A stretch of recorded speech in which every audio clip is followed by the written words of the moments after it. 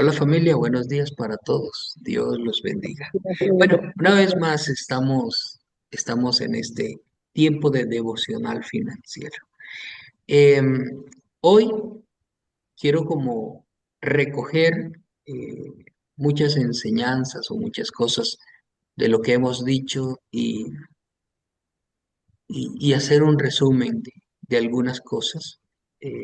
Sé que hemos hablado en muchas ocasiones de varios puntos doctrinales, si se pudiera decir así.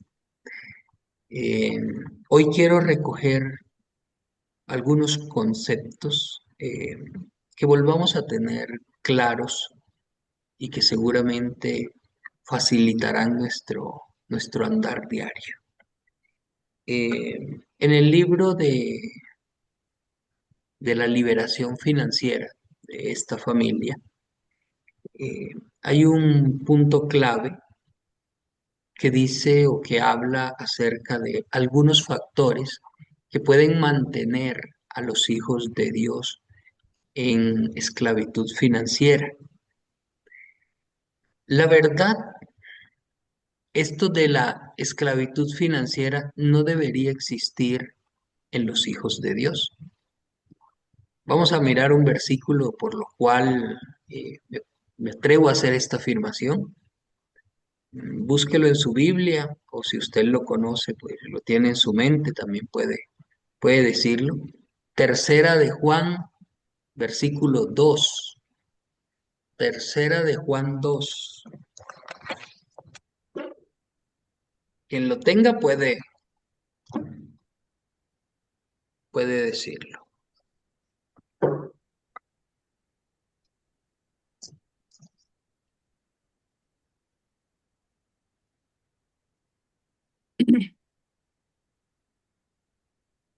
Dice la palabra de Bien, Dios, amado, yo deseo que tú seas prosperado en todas las cosas y que tengas salud, así como prospera tu alma.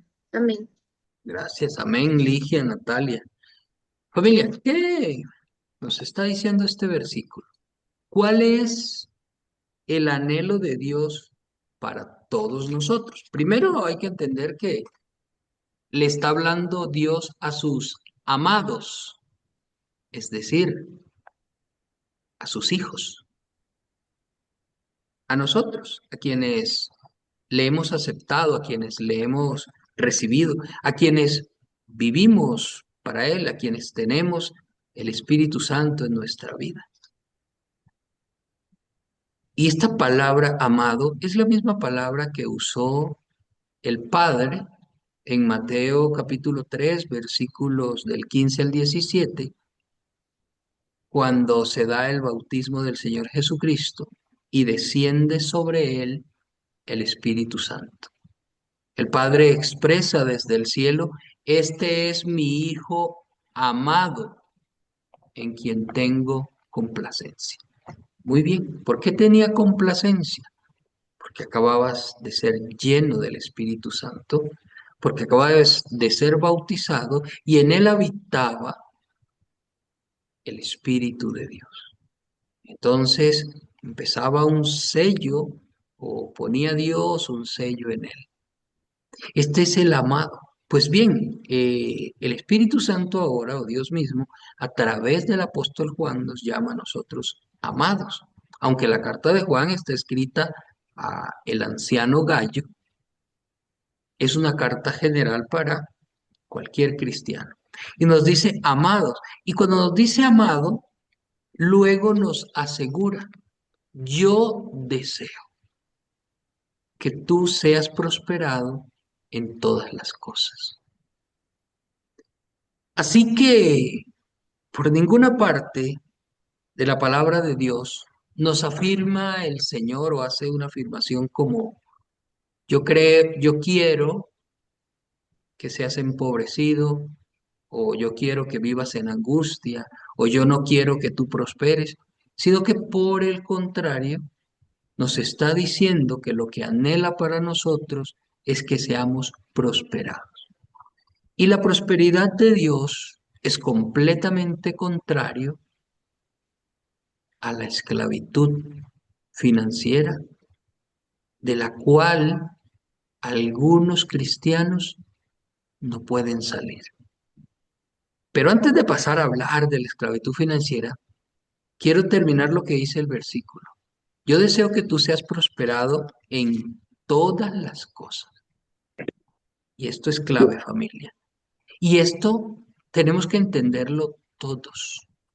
El anhelo de Dios para usted, para mí, para nosotros, es que nuestra prosperidad se dé en todas las cosas que hacemos.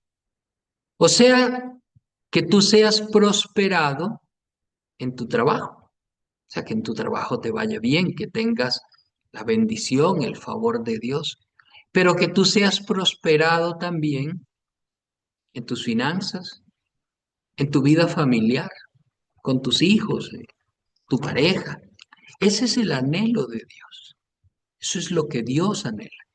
Pero además de esto, la prosperidad de Dios incluye otras cositas.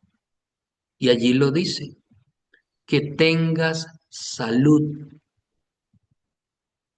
O sea que la salud en nosotros hace parte del anhelo de Dios. Y esto tiene que ser hoy revelacional para su vida. La salud nuestra hace parte del anhelo de Dios para nuestra vida, es decir, del propósito de Dios, del plan de Dios para nuestra vida. Así que no puede existir tal cosa como que alguien, algún cristiano diga, yo estoy enfermo y papito Dios me quiere tener así enfermo. Si alguien afirma esto, estaría entonces contradiciendo esto que dice la palabra de Dios, que el anhelo de Dios es que tengas salud y esa salud hace parte de la prosperidad. Por cierto, a veces cuando hablamos de prosperidad en medio de los cristianos suelen entender la prosperidad como la entienden los del mundo, solo por lo económico. Y no es cierto. La prosperidad que Dios nos da no es solo económica. Así que seríamos nosotros muy limitados al acortar la prosperidad de Dios o circunscribir la prosperidad de Dios solo a lo económico. Así que, por ejemplo, en estos días, yo estoy seguro, en estos días próximos, muchos de ustedes serán prosperados económicamente, varios, y lo digo sin temor a equivocarme. Eso no quiere decir que Dios me prosperó y listo, no hay otra cosa. No, sí hay otra cosa. Prosperidad también es nuestra salud y prosperidad también es lo otro que dice el versículo.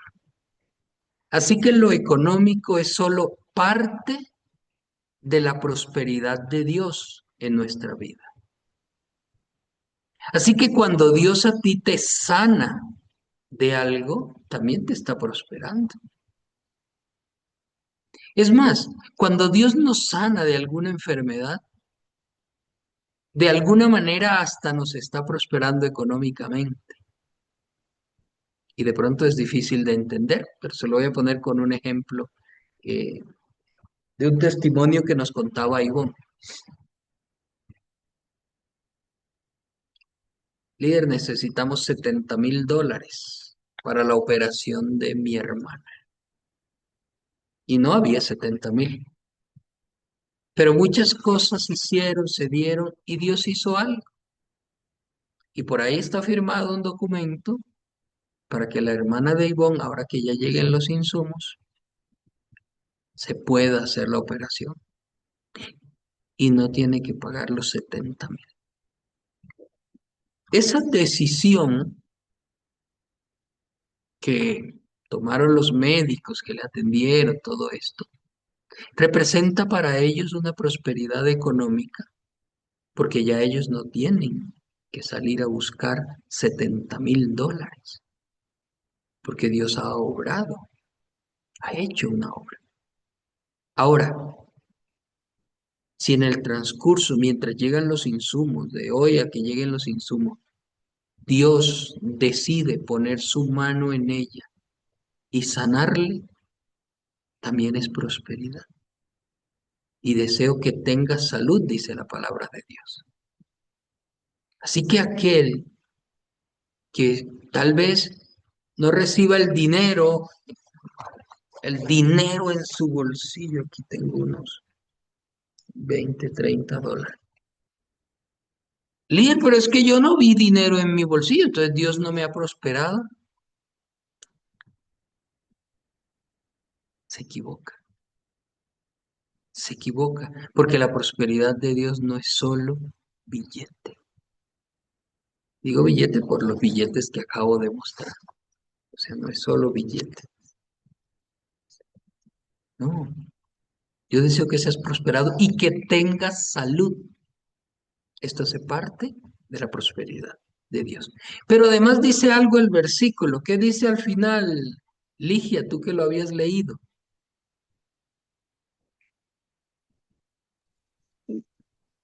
Así como prospera tu alma. Amén. Muy bien.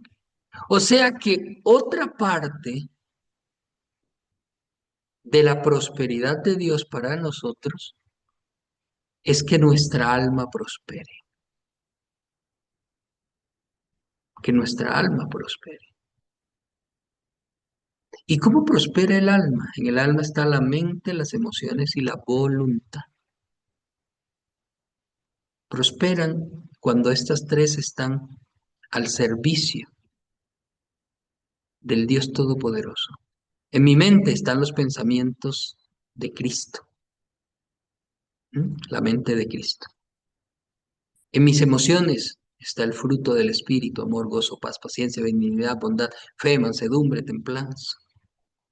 Ya no hay ira, rencor, amargura, avaricia, idolatría, no, mente, emociones. Y en mi voluntad estoy haciendo la voluntad de Dios. Así prospera mi alma, porque entonces mis pensamientos vendrán directamente de Dios. Y como lo decía anoche, cuando aquí orábamos, porque anoche tocaba orar por el área laboral, yo les decía, Dios puede darle, en medio de la oración que hicimos, Dios puede darle a usted una idea que revolucione su negocio, una o varias ideas. ¿Acaso eso no es prosperidad? ¿Acaso las grandes empresas no nacieron de una sola idea? ¿Acaso todo no comienza con una idea? Entonces, la prosperidad de Dios es una prosperidad íntegra. Y ese es el anhelo de Dios para usted y para mí. Por favor, sáquese de la mente eso de, no, es que Dios quiere que yo viva, pero arrastrado. Bendito mi Señor que quiere que yo no tenga ni para comer. Mm, mm. Bendito Dios que quiere que mis hijos estén enfermos y por eso no me da dinero para que los sanen y los lleve al médico. Alabo a Dios por eso. Y entonces tercera de Juan 2. Pero ¿sabe qué pasa? También sé que en este escenario entra a jugar otro actor, el que vino a hacer guerra contra nosotros, según Apocalipsis 12, el enemigo, el malo. Un segundito aquí que me dice que tengo que organizar a Elías para la escuela, pero vamos a descartar. Y ese malo, ese engañador, ese enemigo, es el que genera en nosotros, obviamente con un poco de permisividad nuestra, genera la esclavitud. genera la esclavitud. Entonces, póngase a pensar. Dios no quiere que seamos esclavos financieros. Ahora, estoy hablando de esclavitud financiera porque estamos en lo financiero.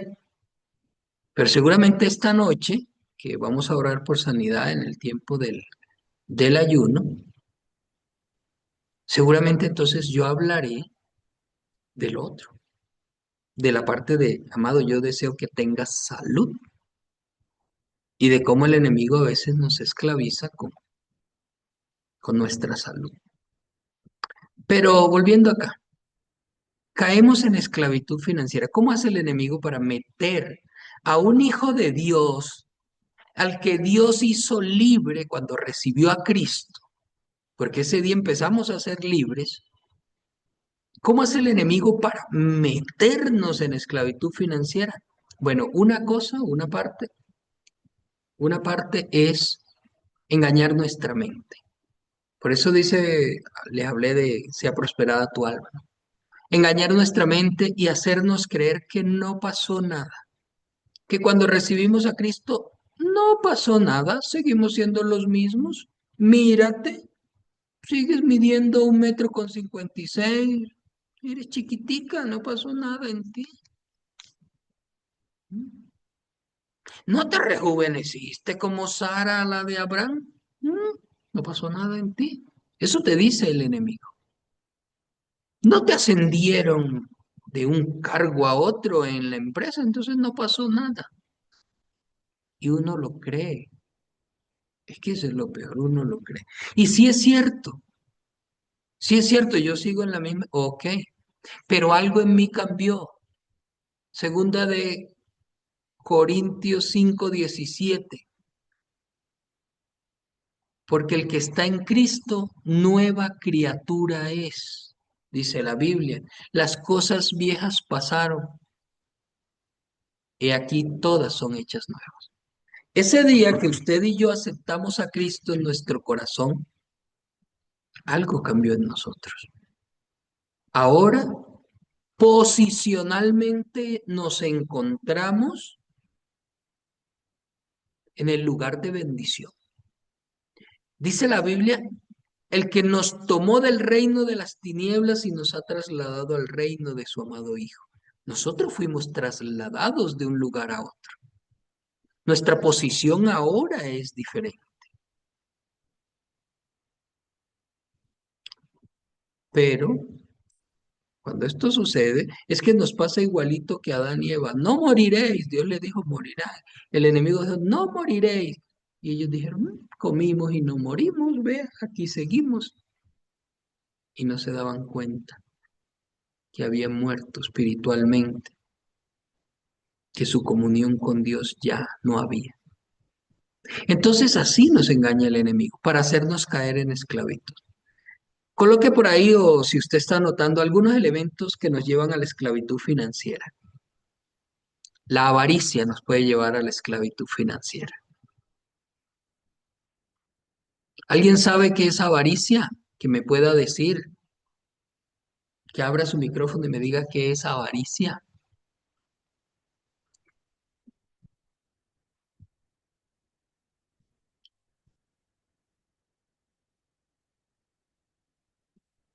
Nadie. Líder, buenos Líder. días. Hablen, hablen. Dígame, Luz Milita, y después cada uno los que van a decir. Líder, buenos días. Para Bueno, mí, avaricia viene de avaro, Ahora, miserable, eso. no agradecido con Dios, porque las personas que somos agradecidos con Dios, que lo que tenemos ni siquiera es nuestro, Él nos ha regalado. ¿Y por qué no podemos compartir con los demás? Aunque sea de lo poco, servirá para los demás también. Muy bien, Luz Milita, gracias. ¿Qué iba a decir alguien más? Emma, creo. Sí, líder. También yo entiendo que ser avaro es ser egoísta, como ya lo dijo Luz Milita, no poder compartir porque nada es nuestro y tenemos que igual compartir. Vamos, por ahí vamos, por Lo ahí poco, vamos, lo mucho. Ujú. por ahí vamos. ¿Quién me da más? Dice que es afán desmedido de poseer y adquirir riquezas para atesorarlas. Muy bien. Afán desmedido por adquirir riquezas para atesorarla. Por eso, el avaro hace lo que dice Luz Milita y lo que dice Enmita. Es miserable. Ay, caramba. Es miserable. No da nada, no ayuda, no suelta nada. Porque él está tratando de atesorar, en últimas, porque hay un miedo a quedarse sin nada. Quiere tener más también, porque tal vez hay un ego que lo está llevando a querer ser más que los otros.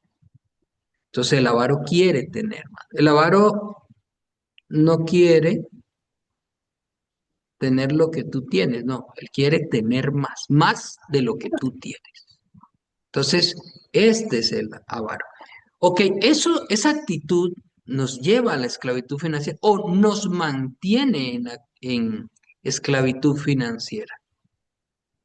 ¿Por qué? Porque es que una de las promesas de la Biblia para que nosotros seamos prosperados está en Lucas 6:38, el principio del dar.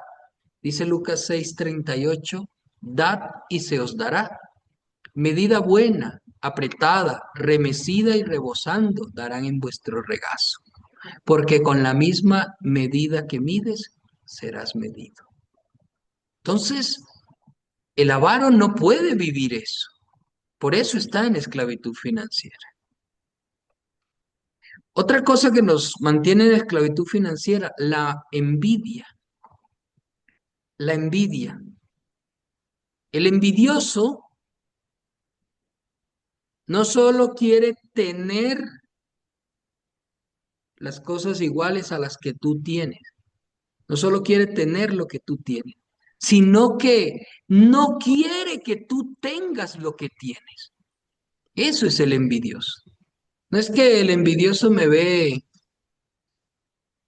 este vaso y dice, ay, yo quiero tener un vaso como el que tiene Omar. No, el envidioso dice, este degenerado no se merece ese vaso. Yo me lo merezco. ¿Por qué él tiene ese vaso? ¿Y él quién es? Yo tengo más estatus que él. Yo tengo más no sé qué. Entonces, la envidia tampoco deja o permite que prosperemos, sino que nos mantiene en una esclavitud financiera. Así como está por allá escrito en Santiago capítulo 4 versículo 2, matáis y ardéis de envidia y nada podéis conseguir.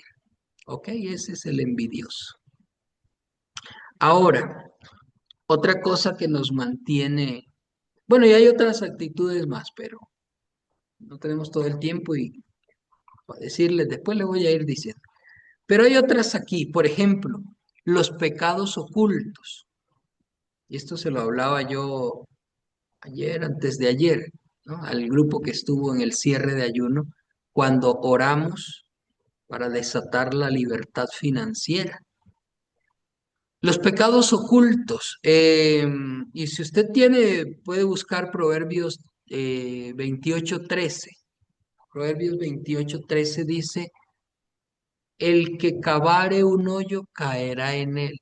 No, así no es, ese no, ese Proverbios 18.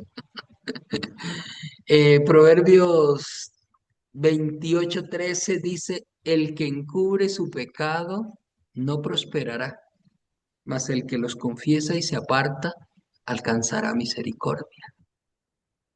Entonces, los pecados ocultos, esos pecaditos financieros, y bueno, financieros y de toda índole, esos que no se confiesan a Dios, esos a los que uno no ha renunciado, esos pecados no permiten que prosperemos. Entonces usted hace algo, yo hago algo. Voy a ponerme yo como el pecador para que usted no vaya a sentir que yo lo señalo a usted como pecador y ese líder tremendo. No. Entonces yo hago un pecado por acá en lo oculto, así que solo se me ve a la oreja, ¿cierto? Y yo estoy haciendo mi pecado aquí, después salgo y todo el mundo me ve solo la sonrisa y no saben que yo he pecado. Pero yo nunca le confieso a Dios, nunca me arrepiento de eso. A eso se le llama pecado oculto o pecado encubierto. Pues bien, Proverbios 28:13, el que encubre su pecado no prosperará. Y entonces allá en su mente está la pregunta, ¿y qué hago entonces? Yo tengo ese pecado encubierto. Ok, allí mismo está la respuesta. ¿Qué dice la respuesta allí en el mismo versículo? ¿Quién me puede leer?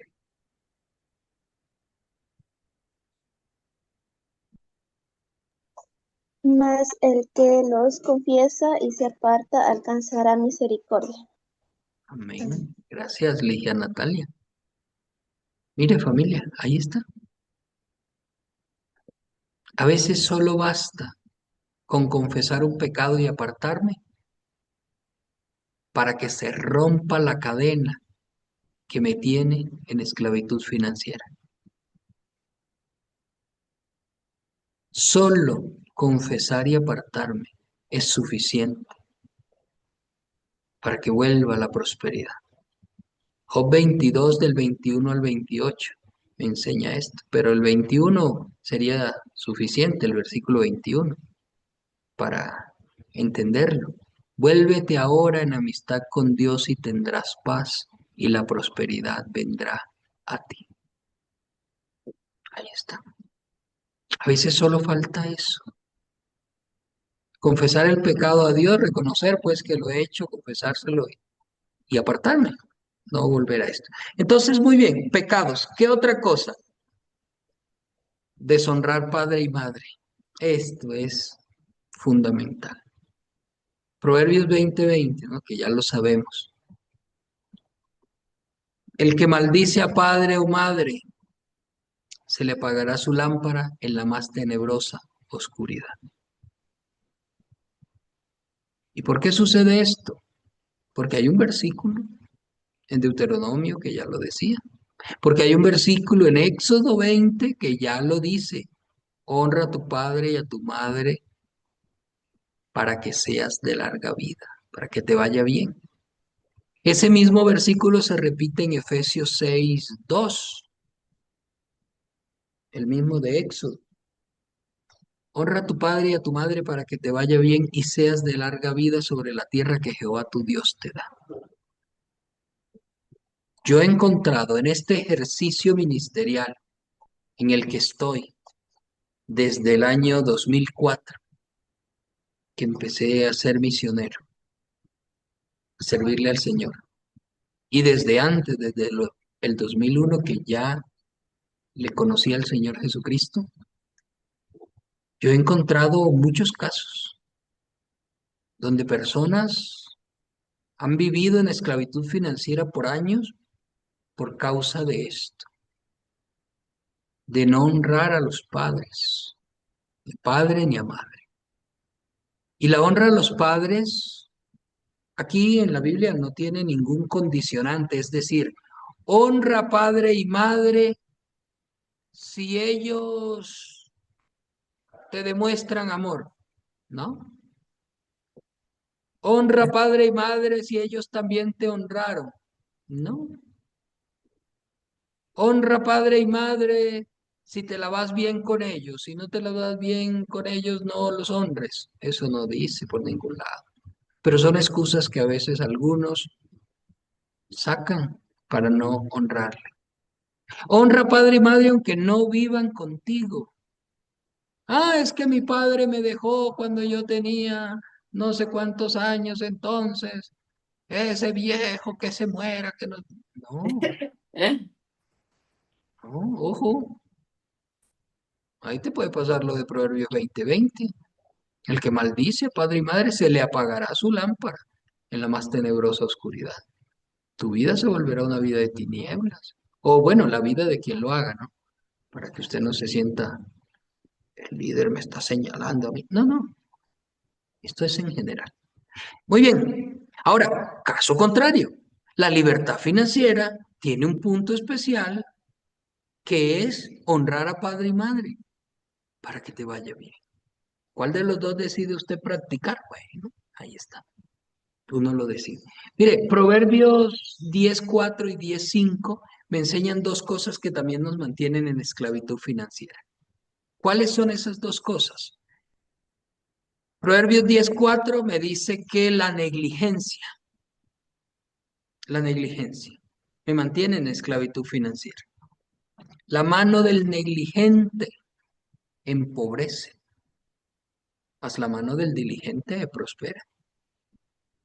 El negligente, el que hace las cosas a medias, ese no prospera. Por otro lado, Proverbios 10:5, si no estoy mal.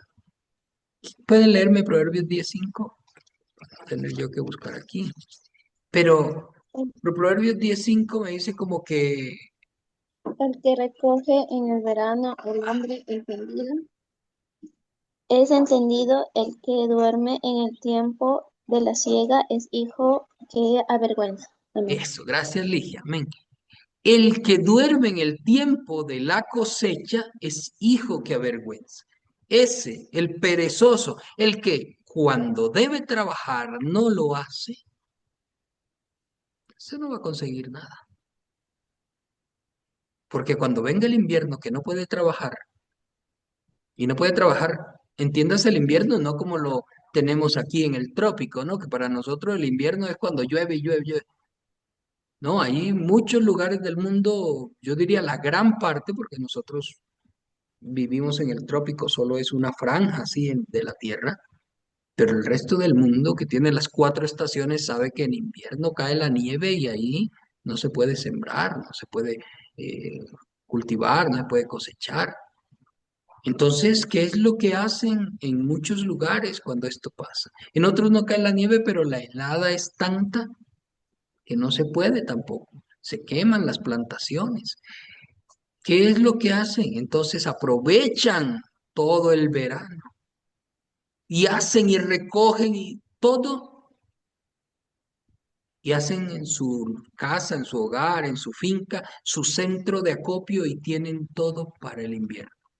Mire, algunos animales también lo hacen así. Las hormigas lo hacen así. Usted ve las hormigas cortando pedacitos de hoja y llevando. Las hormigas cargadoras o hormigas obreras o como le llamen. Podadoras. Pero es para eso, para sobrevivir al invierno. Después esas hojitas las mezclan con una sustancia que emanan por su boca, las envuelven, eso va descomponiendo, las bacterias que tiene esa sustancia van descomponiendo eso. Y eso está guardado allá en el hormiguero, en unos depósitos, por cierto, que tienen. Y durante el verano comen eso. No es que ellas se comen las hojas verdes, no, es que las guardan, las someten a un proceso de descomposición.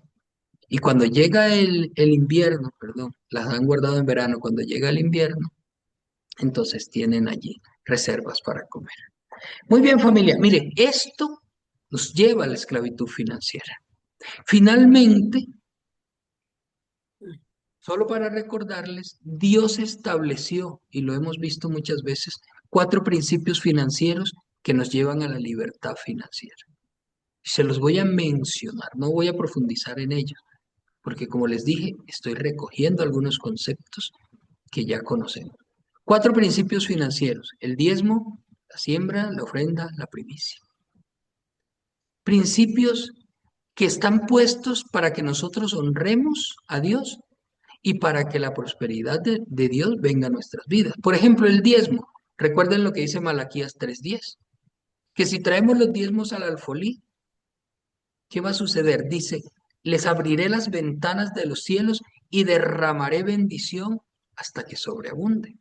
Y luego en el 11 dice, y reprenderé por vosotros al devorador, para que no destruya el fruto de vuestro trabajo, ni vuestra vida en el campo sea estéril. Esta es una de las grandes estrategias que Dios estableció para prosperar a sus hijos. Pero ¿sabe qué? Cuando se vive en la esclavitud financiera, cuando no se entiende, que dice, ay, ese diezmo, eso para el pastor ese, para que el líder ese se lo... No, no, eso no es para eso. Y bueno, todos ustedes saben cómo se usa el diezmo, ¿no? Para sostener la obra, para sostenernos a nosotros, pero también para sostener la obra afuera, en las naciones donde se va extendiendo el reino de Dios. Otro principio, la primicia.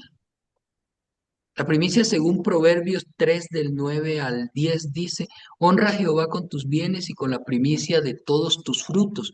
Entonces serán llenos tus graneros con abundancia y tus lagares rebosarán de mosto. Y si usted nota en estos versículos, hay dos palabras que resaltan. En la primicia dice, serán llenos tus graneros con abundancia, llenura y abundancia, en la primicia. Y rebosarán, dice también. Y en la del diezmo dice, sobreabunde. Habla de bendición, habla de sobreabundar. Contrario completamente a la esclavitud financiera donde no se tiene, pero es para nada. Donde la esclavitud financiera se puede enmarcar, ustedes también lo saben, hay 4 niveles que son la escasez, la suficiencia, la abundancia y la sobreabundancia. Pues la esclavitud financiera se puede enmarcar en estos. La escasez, ¿verdad? Bueno, algunos le ponen otro dedo acá y dicen la ruina, pero yo lo dejo aquí en la escasez. Y a veces en la suficiencia. Es decir, estamos en escasez porque ahí tenemos estricto para comer pero no podemos cualquier cosita que anhelaríamos. No, no, solo ahí lo estricto. Eso se quiebra, eso se rompe con estos principios financieros. Luego está la siembra, ¿no? Ahora, todos estos enmarcados en el principio que le enseñé al comienzo, en el principio del dar, de Lucas 6:38. Luego podemos hablar de la siembra. ¿Qué dice la siembra? Que el que siembra abundantemente, abundantemente cosechará. Este es un principio neto para cosechar. Y lo conocemos, lo vivimos cada año. ¿Cuántos de nosotros hacemos la siembra, que aquí en el CENTI la llamamos la siembra para el cumpleaños del Señor Jesucristo? Porque con esos recursos es que realizamos el evento. Pero ¿cuántos de nosotros vemos año tras año y contamos testimonio? Y yo mismo le cuento testimonios de mi propia vida y la vida de mi esposa, mis hijos, bueno, todo lo que Dios hace. Ahora, ¿la siembra qué es? Es una semilla de fe económica que voluntariamente yo coloco, voluntariamente, cada uno de acuerdo a la disposición del corazón. ¿Yo qué hago con mi esposa? Todos los años sembramos y sembramos abundantemente. Y lo decimos, ¿no? Se lo decimos siempre. Si usted viera nuestro presupuesto no da para que nosotros cada mes sembremos lo que sembramos. Y lo hacemos y quedamos con las justas, pero lo hacemos para el Señor, para Dios. Toma, Señor, cada mes. Pero sabemos que Dios nos sostiene. El otro principio del que les hablé es la ofrenda. La ofrenda es una donación voluntaria, muchas veces en agradecimiento. Ejemplos en la Biblia, el pueblo de Israel cuando sale de Egipto da una ofrenda voluntaria para construir el tabernáculo. Dan oro, plata, vestidos, telas, púrpura, carmesí, lino fino. Cuando se fue a construir el templo, de la misma manera, dieron ofrendas voluntarias para la construcción del templo. Pero esto tiene un detalle que a veces muchos lo han obviado. Es que la ofrenda es una donación voluntaria en agradecimiento porque Dios ya nos ha dado. Entonces, Dios, en lo del tabernáculo, en lo del templo, se ve que Dios primero les dio. Al pueblo de Israel primero le dio y luego le pidió la ofrenda para construir el tabernáculo. Primero le dio porque ellos habían estado 430 años en Egipto. Entonces salen y el día que iban a salir, esto está escrito varios pasajes bíblicos, pero el que más recuerdo es Éxodo 12:35.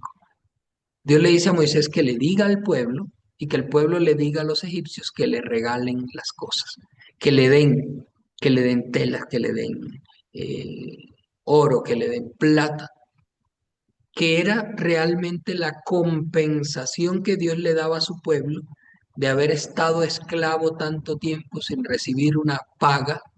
Entonces, Dios los saca con riqueza. Así que esas riquezas fueron el pago de tanta esclavitud. Pues bien, luego en esas riquezas Dios le dice no, que tráigame todas las riquezas, no, cada uno aporte y aportaron e hicieron el tabernáculo. Entonces, siempre Dios nos da para ofrendar. Eso, familia querida. Mire, esto quebranta cualquier maldición financiera, cualquier esclavitud financiera. Yo les dije que habían otros elementos aparte de la avaricia, de la envidia, está la codicia también. Una cosa que lleva directamente a alguien a la esclavitud financiera es el fraude, hacer fraude, cosas chuecas por ahí. Nunca usted acceda a eso. Los cristianos no accedemos a esas cosas. No, jamás. Que mira que tal, pero que por aquí usted es contador, entonces maquilla aquí las cifras. No, no, no accedemos a este tipo de fraudes. Tampoco otra cosa que también lleva a la esclavitud financiera es comprar cosas robadas, participar en estas. No, no participamos en eso. Mira que te vendo este celular. Digamos que esto fuera un celular, no estoy contando. Te vendo este celular, este es el último. Es más, este es el Nokia Infinity que salió ahora poco, que dice que va a acabar con Apple y con Samsung y no sé qué y tal, y la batería le demora 7 días y tal, y tiene conexión satelital. Este está en, yo qué sé, $4,000. Dame $500. ¿Mm? ¿Y por qué tan barato? Me lo encontré por ahí en la calle. Mm, No, no, yo no participo en eso. No. Y tal vez está una tentación de que, wow, me voy a beneficiar, vale 4,000 y me lo dejan en 500. No, no, así no. Porque seguramente al otro que se lo quitaron, allá está llorando los 4,000 que perdió. Y yo no voy a ser partícipe de este delito. Familia linda, vamos a orar. Terminemos haciendo una oración y pidiéndole a Dios que de todo esto, esta palabra las escriba en nuestro corazón y algo podamos poner por obra.